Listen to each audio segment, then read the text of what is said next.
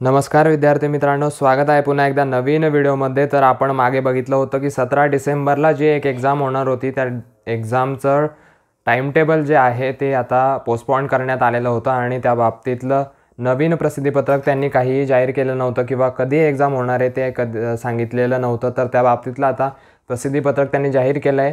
मग आपण बोलतोय महाराष्ट्र राज्य वक्फ मंडळाबाबतच्या एक्झामचं, आणि ती एक्झाम जी आहे ती आता कंडक्ट होणार आहे जानेवारीमध्ये, आणि जानेवारीची डेट कोणती आहे त्याबाबत प्रसिद्धीपत्रक प्रसिद्ध केलं आहे। तेच आपण बघणार आहोत, नेमकी डेट काय असणार आहे आणि कधी एक्झाम होतील, तर तेच आपण पदानुसार बघणार आहोत। आपल्यासमोर आता नवीन प्रसिद्धीपत्रक आहे महाराष्ट्र राज्य वक्फ मंडळातील विविध पदांसाठी आयोजित परीक्षेबाबत। दिनांक 13 डिसेंबरचं हे नवीन प्रसिद्धीपत्रक आहे। महाराष्ट्र राज्य वक्फ मंडळातील दिनांक 4 ऑगस्ट रोजी जाहिरात प्रसिद्ध करण्यात आली होती। त्या अनुसरून 16 डिसेंबर ते 17 डिसेंबर रोजी परीक्षा आयोजित करण्यात आल्या होत्या।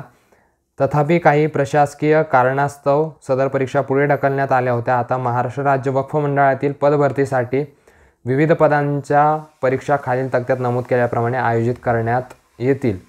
तर त्यांनी आता याचा टाइम टेबल पुन्हा एकदा जाहीर केलेला आहे, आणि ते टाइम टेबल अशा प्रकारे असणार आहे की कनिष्ठ अभियंताचा जो पेपर आहे तो 3 जानेवारीला असणार आहे। आपण मागे बघितलं होतं की 2 जानेवारीपर्यंत जवळपास सगळं टाइम टेबल जे आहे, सगळ्या तारखा ज्या आहेत त्या पूर्ण पॅक्ड आहेत आणि कोणतीही तारीख खाली नाही आहे, त्यामुळे टाइम टेबलमध्ये घेणं शक्य नव्हतं। त्यामुळे त्यांनी आता 2 जानेवारीनंतर म्हणजे 3 जानेवारीला कनिष्ठ अभियंताचा पेपर आहे, त्यानंतर विधी सहाय्यकचं सुद्धा 3 जानेवारीला असणार आहे 8:30 ते 10:30 या टाईममध्ये। त्यानंतर लघुटंकलेखकचा सुद्धा 3 तारखेला 12:30 ते 2:30 या दरम्यान असणार आहे, आणि अधीक्षक जिल्हा वक्फ अधिकारी जे पद आहे त्या पदाचा पेपर 4 जानेवारीला सकाळच्या शिफ्टमध्ये 8:30 ते 10:30च्या शिफ्टमध्ये असणार आहे, आणि कनिष्ठ लिपिकचा पेपरसुद्धा 4 तारखेला 12:30 ते 2:30 या दरम्यान असणार आहे।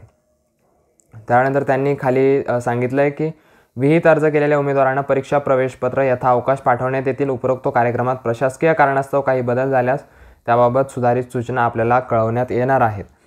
तर असं त्यांनी सांगितलेलं आहे, आणि त्याचं ॲडमिट कार्ड कधीपर्यंत येऊ शकतं, हॉल तिकीट कधीपर्यंत आपल्यापर्यंत येऊ शकतं, तर ते आपण बघूया।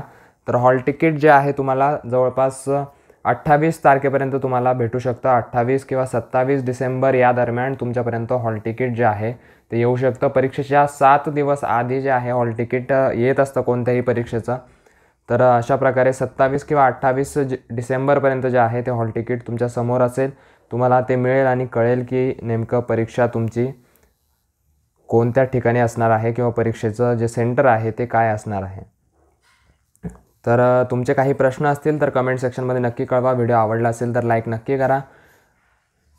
काही अपडेट असतील तर तुमच्यापर्यंत नक्की व्हिडिओच्या माध्यमातून किंवा आपल्या टेलिग्राम चॅनलच्या माध्यमातून नक्कीच पोहोचवल्या जातील।